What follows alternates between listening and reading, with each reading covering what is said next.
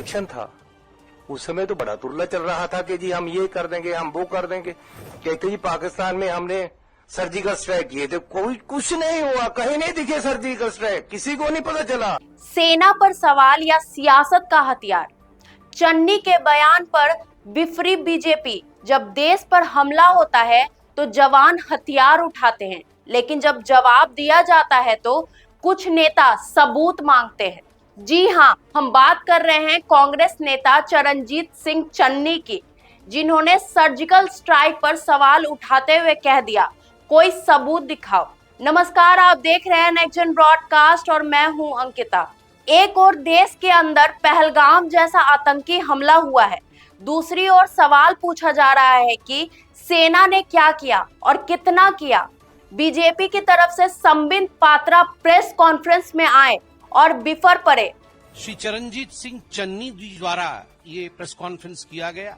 भारत की सेना ने, भारत की वायु सेना ने जो सर्जिकल स्ट्राइक पाकिस्तान के ऊपर किया था वो गलत था, वो हुआ ही नहीं था। उनके शब्द है, मैं पढ़ रहा हूं, कहीं कुछ नहीं हुआ था, कोई सर्जिकल स्ट्राइक नहीं हुआ था, किसी को पता नहीं चला, कुछ नहीं दिखा, और मैंने तो हमेशा इसका सबूत मांगा है, हमेशा। जहां वो खुद कह रहे हैं कि हमें डर है कहीं सर्जिकल स्ट्राइक न हो जाए, कोई कहीं गुहार करने भाग रहा है, कोई कहीं और गुहार करने भाग रहा है। हर समय पाकिस्तान के आतंकवादियों को और पाकिस्तान की सेना को ऑक्सीजन सप्लाई करने का काम ये कांग्रेस पार्टी करती है। बाहर से सीडब्ल्यूसी है और अंदर से पीडब्ल्यूसी है। उन्होंने कहा, कांग्रेस अब पाकिस्तान वर्किंग कमेटी की तरह काम कर रही है।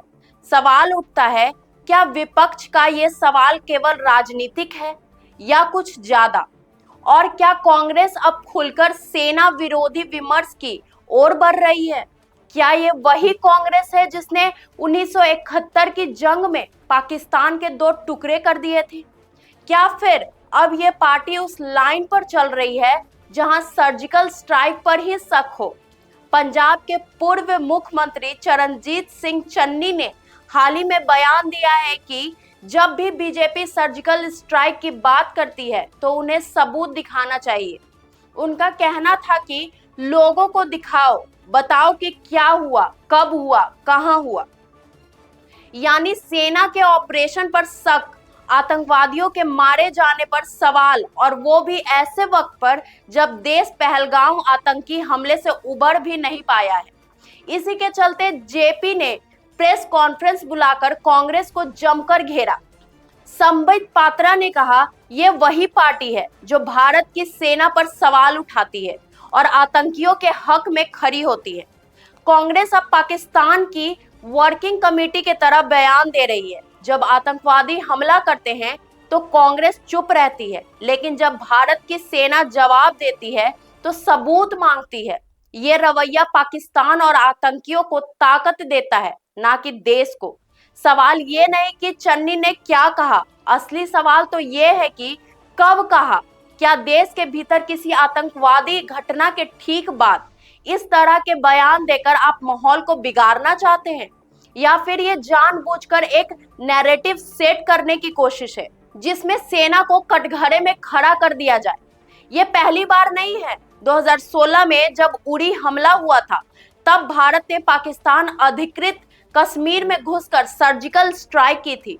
तब भी राहुल गांधी ने इसे खून की दलाली कहा था।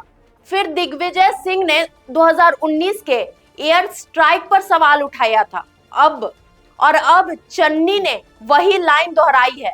हमारे सैनिक सीमाओं पर जान देते हैं, नक्सल बेल्ट में ऑपरेशन चलाते हैं, घाटियों में आतंक के खिलाफ लड़ते हैं, और दिल्ली मुंबई में बैठकर कुछ नेता कहते हैं सबूत दिखाओ। सोचिए, एक सैनिक की आंखों में क्या बीतेगी जब उसे लगेगा कि उसके बलिदान पर देश की रणनीति चल रही है। पहलगाम हमले में लोकल मदद का शक जताया गया है।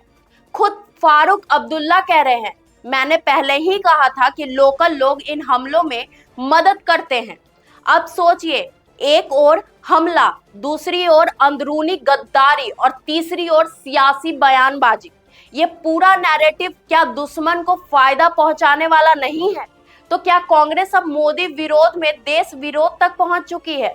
क्या सर्जिकल स्ट्राइक जैसे मुद्दों पर सबूत मांगना राजनीति नहीं है या पॉलिटिक मॉडलिंग नहीं है?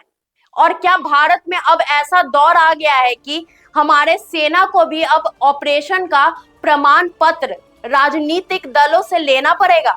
देश के दुश्मन सरहद पार से आते हैं, लेकिन क्या सबसे बड़ा खतरा अब हमारे भीतर है?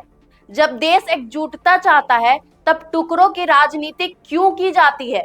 क्या आप सोचते हैं क्या सेना पर सवाल उठाना देशद्रोह के बराबर है या फिर यह विपक्ष का संवैधानिक अधिकार है?